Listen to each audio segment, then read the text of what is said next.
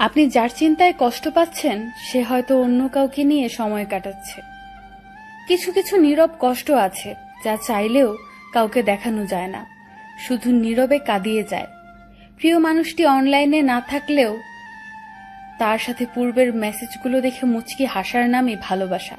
ভালোবাসা মানে শুধু আকর্ষণ নয়, ভালোবাসা মানে সম্মান, শ্রদ্ধা ও বিশ্বাস। নিজের ভুল না দেখে অন্যের ভুল প্রমাণ করাতেই সবাই বেশি মজা পায়। কাউকে ভালোবাসার আগে তাকে শ্রদ্ধা করতে শিখুন, কারণ শ্রদ্ধা ছাড়া কখনো ভালোবাসা হয় না। মানুষ বড়ই অদ্ভুত। এত হাসছো কেন? অকারণে বলে, প্লিজ স্টপ ইউর ড্রামা।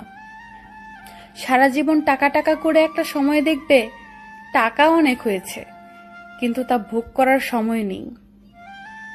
সেই মেয়েটি খুব ভাগ্যবতী যাকে ভালোবেসে হারানোর ভয়ে একটি ছেলে কাঁদে।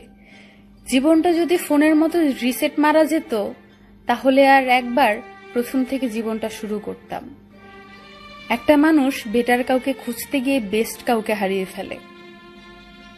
সেই মেয়েটা সত্যিই খুব লাকি, যার ভালোবাসার মানুষের রোজগার কম থাকলেও চরিত্র আর ভালোবাসাটা একদম খাঁটি।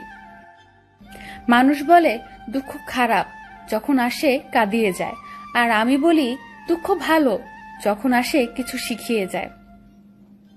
কষ্ট পেলে কি ভালোবাসা হারিয়ে যায়? কখনোই না। যে ভালোবাসতে জানে সে হাজার কষ্টের মাঝেও ভালোবাসতে জানে। হাতে হাত রেখে পাশাপাশি চলার জন্য হলেও তোকে চাই। তুমি আমার নেশা নও, যে কিছুক্ষণ পর কেটে যাবে। তুমি আমার ভালোবাসা, যেটা মৃত্যুর আগ পর্যন্ত থেকে যাবে। চেয়েছিলাম ভালোবাসতে, কিন্তু কখন যে কারো জীবনে বিরক্তিকর হয়ে গেলাম বুঝতেই পারিনি। কপালে চুমু দেওয়াটা ভালোবাসা নয়। ভালোবাসা তো সেটাই, আজ আর বিপদে একসাথে পাশে থাকা। মানুষের স্ট্যাটাসে থাকে ব্যক্তিত্ব, আর ইনবক্সে থাকে চরিত্র। একটা মানুষের বড় গুণ হলো এরা শুনে 3 লাইন আর বলে 13 লাইন, আর লেকচার দেয় 93 লাইন। কাউকে অনেক ভালোবেসে যাবেন, কিন্তু ভালোবাসা পাচ্ছেন না, অথবা একতরফা ভালোবাসায় আটকে আছেন। হ্যাঁ, তবে আপনাকেই বলছি,